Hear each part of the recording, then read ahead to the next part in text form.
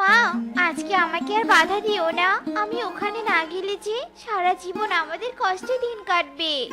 তুই আমার একমাত্র মেয়ে টুনি, তোকে ছাড়া আমি কিভাবে থাকবো বল তো রে মা। ওসব নিয়ে একদম চিন্তা করো না তো মা। আমি যেখানে যাচ্ছি সেটা হলো শহরের সব থেকে বড় রেস্টুরেন্ট। সেখানে যদি আমি মনোযোগ দিয়ে কাজ করি তাহলে তারা আমাকে অনেক ভালো বেতন দিবে, আর তখন আমি তোমাকে আমার সাথে নিয়ে যাব। আচ্ছা ঠিক আছে রে মা, কিন্তু তুই আমাকে কথা দে তুই রোজ আমাকে ফোন করবি। আচ্ছা ঠিক আছে মা, আমি তোমাকে রোজ ফোন করব, তুমি কোনো চিন্তা করো না মা। মায়ের থেকে অনুমতি পেয়ে টুনি শহরে যাওয়ার প্রস্তুতি নেয়। টুনির বাবা ছিল না, তার মা অন্যের বাড়িতে কাজ করে সংসার চালাতো আর টুনিকে পড়াশোনা করিয়েছে। আমি তাহলে যাচ্ছি মা। যাচ্ছি বলতে নেই রে মা, বল আসি। সাবধানে যাবে কিন্তু রে মা। হ্যাঁ মা, কিন্তু তুমিও সাবধানে থেকো। আর তুমি কোনো কাজে যাবে না, আমি যে টাকা পাঠাবো তাই খাবে, এই আমি বলে দিলাম। আসুন টুনি আসুন, আজকে আপনার প্রথম দিন, তাই আমি আপনাকে কিচেন দেখিয়ে দিচ্ছি। সুখী, ইনি হচ্ছে মিস টুনি, আমাদের কিচেনে নতুন, তুমি তাকে বুঝিয়ে দিও কেমন? ঠিক আছে স্যার। আমার বইয়েই গেছে, এগিয়ে ওই মেয়েটাকে সব বুঝিয়ে দিতে। দিদি, আমি কি কাজ করব? যদি বুঝিয়ে দিতেন তাহলে আমি কাজ শুরু করতাম। বেশি কথা বলবে না বুঝলে, আমি তোমার চাকর নই। এখানে দাঁড়িয়ে থেকে দেখো কে কি কাজ করে, তাহলেই বুঝবে, বুঝেছো? যত সব।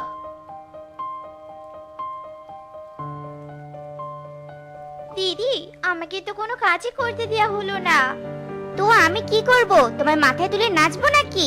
আমার রাস্তা ছাড়ো, আমার ডিউটি শেষ। কি ব্যাপার মিস টুনি, আমি তো শুনেছিলাম আপনি অনেক ভালো রান্না করেন, তাহলে 3 দিন হয়ে গেল, এখনো আপনার কোনো ডিশ পেলাম না কেন? আসলে স্যার, সুখী দিদি আমাকে, আমিও তো ওকে সেই 3 দিন থেকে একই কথা বলছি, কিন্তু ও তো কোনো কাজই করছে না। আমার কি মনে হয় স্যার জানেন, ওর এখানে কাজ করতে ভালো লাগে না। ভালো লাগে না? সে কথা আগে বলবেন তো, তাহলে আমি আপনার জায়গায় অন্য কাউকে রাখবো। না না স্যার, আমার ভুল হয়ে গেছে, আমি আর এমন করব না। আপনি আমাকে বলুন কি রান্না করতে হবে, আমি করছি। ঠিক আছে, এটাই আপনার লাস্ট চান্স, আমি আপনার অর্ডার পাঠাচ্ছি। এই বলে কালু চলে যায় আর টুনি রান্না করতে থাকে। আমার নামে স্যারের কাছে নালিশ দেয়া? ঠিক আছে, আমিও যদি তোকে মজা না দেখিয়েছি না, তাহলে আমার নামও সুখী পায়রা নয়। এই বলে সুখী রান্না করতে যায়। এদিকে টুনি ভালো ভালো রান্না করার কারণে কদিনের মধ্যেই সেরা রাঁধুনি শিরোপা পায়। এদিকে সুখী পায়রার অনেক হিংসা হয়। সবার মুখে শুধু ওই টুনির প্রশংসা, আমিও ছেড়ে দেওয়ার পাত্রী নই। আমিও ওই টুনির বোকা মুখ একেবারে ভোঁতা করে দিব। আমাদের শেফেরা যারা আছো সবাই শোনো, আমাদের কাছে অনেক বড় একটা কেকের অর্ডার এসেছে। এই অর্ডারটা কমপ্লিট করতে পারলে আমাদের অনেক প্রফিট হবে, আর কেকটা যদি টেস্টি হয় তাহলে মেয়র সাহেব বলেছে আমাদের রেস্টুরেন্টকে বিদেশে রিপ্রেজেন্ট করবে। এ তো অনেক ভালো কথা স্যার, এতে আমাদের রেস্টুরেন্টের অনেক নামডাক হবে। হ্যাঁ, তা তো হবেই। আমি এই বড় দায়িত্ব তোমাদের উপর দিতে চাই, মানে সুখী পায়রা আর টুনির উপর, কারণ তোমরা দুজনেই আমাদের কিচেনে সেরা রাঁধুনি। কেকটা হলো 200 পাউন্ডের, তাই তোমরা দুজন 100 পাউন্ড করে বানাবে। স্যার, এই কেকটা আমি একাই বানাতে পারতাম, টুনিকে দেওয়ার কি আছে? না, আমি চাই তোমরা দুজনে মিলেই কাজটা করো। কেকের অর্ডারটা পেয়ে ভালোই হলো। এই সুযোগে টুনিকে ফাঁসাতে হবে। টুনিকে সবার সামনে অপমানিত করে আমি সবার কাছে প্রশংসা কুড়াবো। এই কথা বলে সুখী পায়রা আর টুনি নিজের কাজ করতে থাকে। এভাবেই দেখতে দেখতে কেটে যায় 3টি দিন।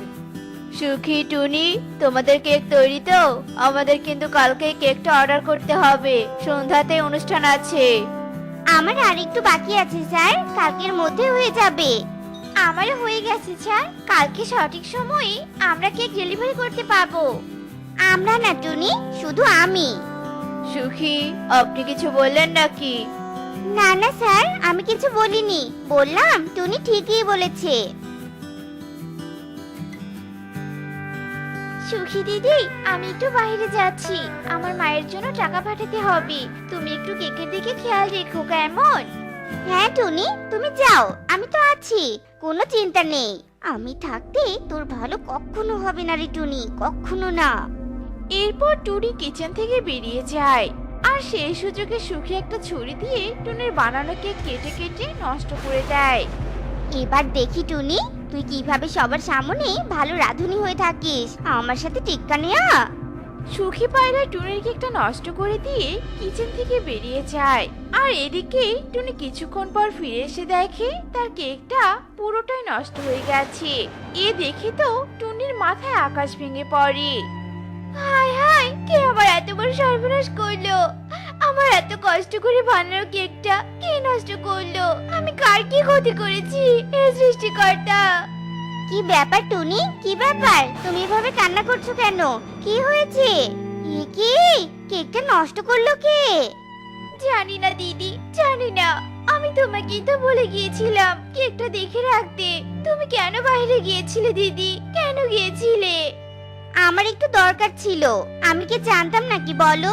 আমার কি মনে হয় জানো তো, দরজা খোলা পেয়ে কোনো বিড়াল ঢুকে তোমার কেকটা নষ্ট করেছে। দাঁড়াও, আমি এই ব্যাপারটা স্যারকে জানাই। কি, এইসব কি করে হলো? টুনি, আপনি তো খুব দায়িত্ব জ্ঞানহীন। আপনাকে এত বড় একটা অর্ডার দিলাম ভরসা করে, আর আপনি সেটা রাখতে পারলেন না। যদি পারবেন না তা করতে গেলেন কেন? হ্যাঁ, এখন আমি মেয়র সাহেবকে কি জবাব দিব? হ্যাঁ, কাল সকালেই কেকটা ডেলিভারি দিতে হবে। কালুর কথায় কোনো জবাব টুনি দেয় না, শুধু চোখের জল ফেলে যায়। স্যার, টুনিকে বকাবকি করবেন না স্যার। ও তো কেকটা বানিয়েছিল, কিন্তু বিড়াল এসেই তো সব নষ্ট করলো। আপনি বরং শুধু আমার কেকটাই দিয়ে দিন। না স্যার, আমি আবার কেক বানাবো। প্রয়োজন পড়লে সারা রাত জেগে কেক বানাবো। আমি আমাদের রেস্টুরেন্টকে ছোট হতে দিব না স্যার। আপনি কাল সকালে কেক পেয়ে যাবেন। এই টুনি তো দেখছি খুব বজ্জার, ভাঙবে তবু মচকাবে না। এসব তুমি কি বলছো টুনি? এত কষ্ট করার কি দরকার? বাদ দাও, আমার কেকটা তো আছে। না সুখী দিদি, আমি যখন দায়িত্ব নিয়েছি তা শেষ করেই ছাড়বো। তোমরা সবাই চলে যাও, আমি আমার কাজ করব।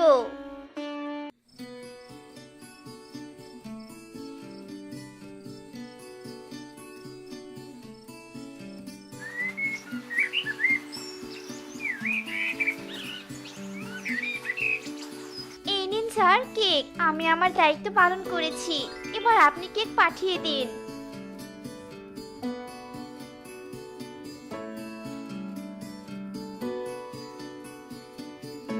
সুখী, টুনি, মেয়র সাহেব আমাদের দুটো কেকই খুবই পছন্দ করেছে, বিশেষ করে টুনির কেকটা। কেন স্যার, আমার কেক পছন্দ করেনি? যার মনে হিংসা বিদ্বেষ তার কোনো কিছুই ভালো হয় না। বুঝতে পারলাম না স্যার, আমাকে এই কথা কেন বললেন? আমি তো কাউকে হিংসা করিনি। তাই নাকি? তা সুখী, সেদিন টুনির কেকটা যেন কে নষ্ট করেছিল? কেন স্যার, সে কথা তো সবাই জানে, এমনকি টুনিও জানে। আমি তোমার মুখে আরেকবার শুনতে চাচ্ছি, বলো তো সুখী। কিচেনে কেউ না থাকার কারণে কোনো এক বিড়াল এসে টুনির কেকটা নষ্ট করে গেছে। আমি সিসিটিভিতে দেখেছি সুখী, বিড়াল নয় পাখি টুনির কেকটা নষ্ট করেছে। CCTV camera? আমি তো কিছুই বুঝতে পারছি না স্যার। সেদিন তোমার কেকটা কোনো বিড়াল নয়, সুখী নষ্ট করেছে। আমি সিসিটিভিতে দেখেছি, কিন্তু কেউ জানতো না কিচেনে সিসি ক্যামেরা আছে। আজ সুখীর কাজে প্রমাণিত, হিংসা করে অন্যের ক্ষতি সহজে করতে পারলেও নিজের উন্নতি করা যায় না। সুখী, তুমি এক্ষুনি বেরিয়ে যাও। তোমার মতো হিংসে সহকর্মী থাকলে পরিবেশ নষ্ট হবে। মধুপুর জঙ্গলে কিছুদিন ধরে অনেক ঝড় বৃষ্টি হচ্ছিল। সব পাখিদের অবস্থা খুব অসহায়। অনেক পাখির ঘর ভেঙে গিয়েছিল। সেই বনে বাস করত টুনি পাখি।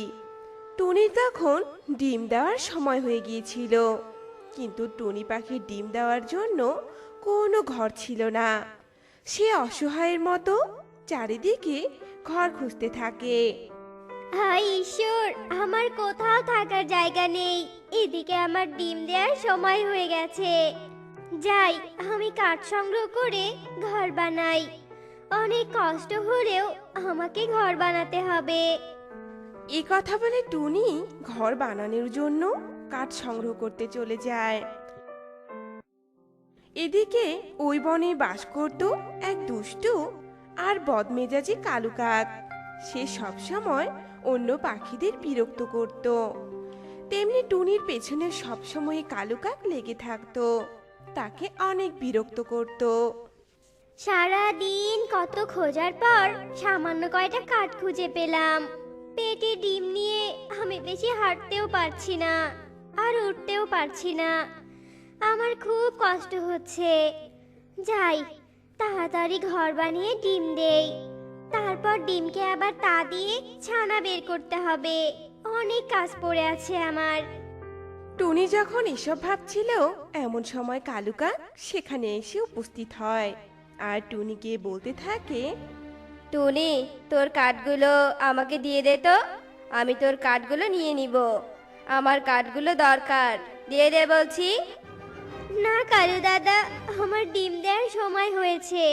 আমি বাড়ি বানিয়ে ডিম দিব। তোমাকে আমি কাঠ দিতে পারবো না কালু দাদা। চলে যাও তুমি এখান থেকে। এত বড় সাহস তোর! আমিও দেখব তুই কিভাবে বাড়ি বানাস। দিয়ে দে, দিয়ে দে বলছি কাঠগুলো আমাকে এক্ষুনি। এসব কথা বলে কালু কাক টুনির কাছ থেকে সব কাঠগুলো কেড়ে নেয় আর টুনিকে তাড়িয়ে দেয়। হায় ঈশ্বর, আমি পেটে ডিম নিয়ে আর থাকতে পারছি না। আমার একটা বাড়ি দরকার ঈশ্বর। আমি আবার একটা বাড়ি তৈরি করব। টুনি আবার একটা বাড়ি তৈরি করতে যায় আর কালু কাক টুনির বাড়ি আবার ভেঙে দিয়ে যায়। টুনি আর কোনো উপায় না পেয়ে সবার কাছে সাহায্য চাইতে যায়। শালিক দিদি, ও শালিক দিদি, বাড়িতে আছো? এই ঝড় বৃষ্টির দিনে আমাকে একটু সাহায্য করো না শালিক দিদি। আমার পেটে যে ডিম আছে, আমাকে তোমার বাসায় একটু থাকতে দিবে গো।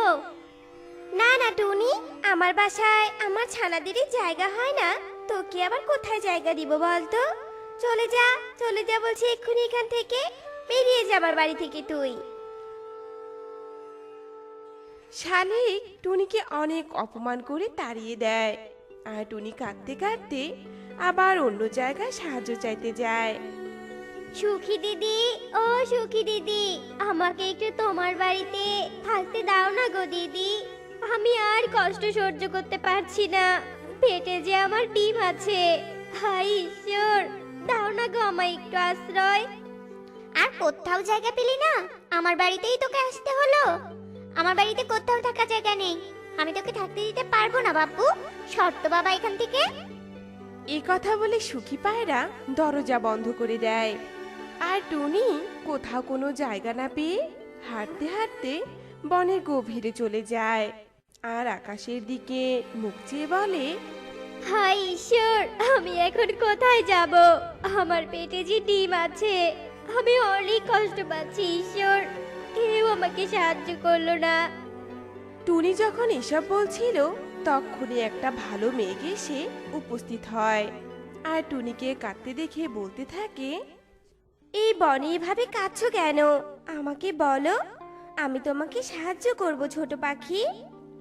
এরপর টুনি পাখি মেঘের এই কথা শুনে তার আগের সব ঘটনাগুলো ভালো মেঘকে খুলে বলে আর টুনি পাখির কষ্টের কথা শুনে ভালো মেঘের অনেক দয়া হয় আর সে বলতে থাকে, তোমার কথা শুনে আমার অনেক খারাপ লেগেছে টুনি পাখি।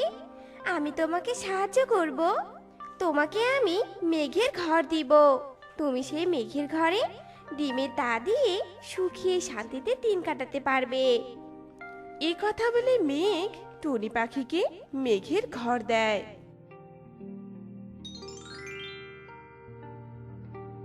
মেঘের ঘর পেয়ে তো টুনি অনেক খুশি ছিল। হায় ঈশ্বর, তুমি আমাকে বাঁচালে। আজ আমার ঘর না হলে আমি মরেই যেতাম ডিম দিতে না পেরে। এই কথা বলে টুনি মেঘের ঘরে নিশ্চিন্তে ডিম দেয় আর ডিমে তা দিতে থাকে। এর কিছুদিন পর টুনির ডিম থেকে ছোট্ট ছোট্ট দুটি ছানা বের হয়। আর টুনি তার ছানা দুটোকে নিয়ে মনের আনন্দে মেঘের বাড়িতে বসবাস করতে থাকে। এদিকে বনের মধ্যে আবারও অনেক ঝড় বৃষ্টি শুরু হয়ে যায়, কিন্তু টুনির আর কোনো চিন্তাই থাকে না, কারণ টুনির মেঘের বাড়ি বৃষ্টির দিনে ভেসে ভেসে বেড়াতো। সে বৃষ্টিতে ভিজে আর কোনো কষ্টই পায় না। অন্যদিকে কালু কাক হায় হায়, এ আমার কি সর্বনাশ হয়ে গেল! এই ঝড় বৃষ্টির দিনে আমার ঘরটা ভেঙে গেল। আমি এখন কোথায় যাব? কার কাছে গিয়ে একটু আশ্রয় চাইবো? বনের সব পাখিদের তো আমি অনেক অত্যাচার করেছি, এখন তো তাহলে কেউই আমাকে আর সাহায্য করবে না। এই কথা বলে কালু কাক সবার কাছে সাহায্য চাইতে যায়, কিন্তু কেউই কালু কাককে তার খারাপ কাজের জন্য সাহায্য করে না। সবাই তাকে অনেক অপমান করে তাড়িয়ে দেয়। তারপর কালু কাক টুনির কাছে সাহায্য চাইতে যায়। টুনি, ও টুনি, তোমার মেঘের বাসায় আমাকে একটু থাকতে দিবে গো? ঝড় বৃষ্টিতে আমার বাড়িটা ভেঙে গেছে, দাও না গো একটু থাকতে। না না কালু দাদা, আমি তোমাকে কোনো সাহায্য করব না। তুমি আমাকে অনেক কষ্ট দিয়েছো। আমি চাই তুমি তোমার পাপের শাস্তি পাও, বুঝেছো? এ কথা বলে টুনিও কালু কাককে তাড়িয়ে দেয়। আর বৃষ্টিতে ভিজে কালু কাক তার পাপের শাস্তি পায়। সে তার ভুলগুলো বুঝতে পারে, কিন্তু তখন তার আর কিছুই করার থাকে না। সে ঝড় বৃষ্টির মধ্যে ভিজতে থাকে। এইভাবে কালু কাক তার উপযুক্ত শাস্তি পেয়ে যায়। আর অন্যদিকে টুনি পাখি ভালো মেঘের বাড়িতে ছানাদের নিয়ে খুব সুখী শান্তিতে তার দিন কাটাতে থাকে। তো বন্ধুরা, এই গল্প থেকে আমরা এটাই শিখলাম যে আমাদের কখনো কারো সাথে অন্যায় করা ঠিক নয়। অন্যায়কারীদের কেউই ভালোবাসে না, সবাই তাদের ঘৃণা করে। অন্যায়কারীরা কখনো কারো কাছে থেকে সাহায্য পায় না। তাই আমরা যদি কারো উপকার করতে না পারি, তবে কখনোই তাদের ক্ষতি করতে যাব না। আর আজ আমাদের গল্পটি তোমাদের কাছে কেমন লেগেছে তা কমেন্টে জানাতে ভুলো না কিন্তু।